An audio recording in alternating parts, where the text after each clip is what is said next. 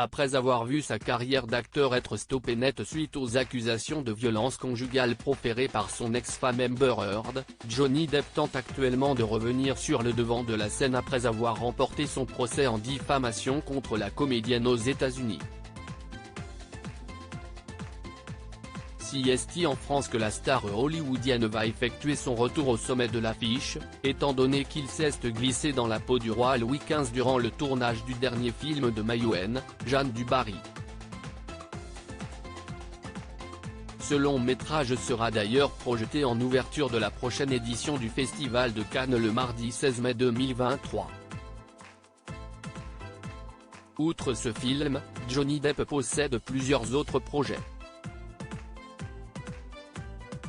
Après avoir déjà vécu une première expérience en tant que réalisateur à la fin des années 90, l'ancienne star de la franchise Pirates des Caraïbes va prochainement mettre en scène son second long métrage, intitulé Maudit.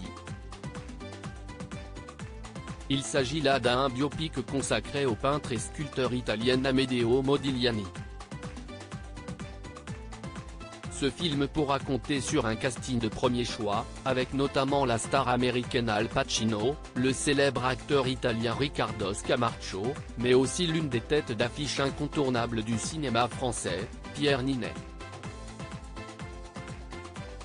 Ce dernier a précisé sur Twitter que travailler avec Johnny Depp était un rêve qui se réalisait pour lui. Pierre Ninet sous le feu des critiques, sa future collaboration avec Johnny Depp ne passe pas cependant, l'acteur français doit déjà essuyer de nombreuses critiques pour avoir accepté de tourner sous la direction de la star hollywoodienne, en raison des accusations de violence conjugale qui pèsent toujours sur l'ex-mari d'Amber Heard. Pour rappel, Pierre Ninet s'était prononcé à plusieurs reprises contre des faits de violence par le passé. Antisexiste, mais pas trop ? En tout cas, pas s'il faut renoncer à tourner un film avec un mec reconnu coupable de violence conjugale en Angleterre, et qui a organisé la plus grosse campagne de violence en ligne de l'histoire contre son ex, a notamment écrit une internaute sur Twitter.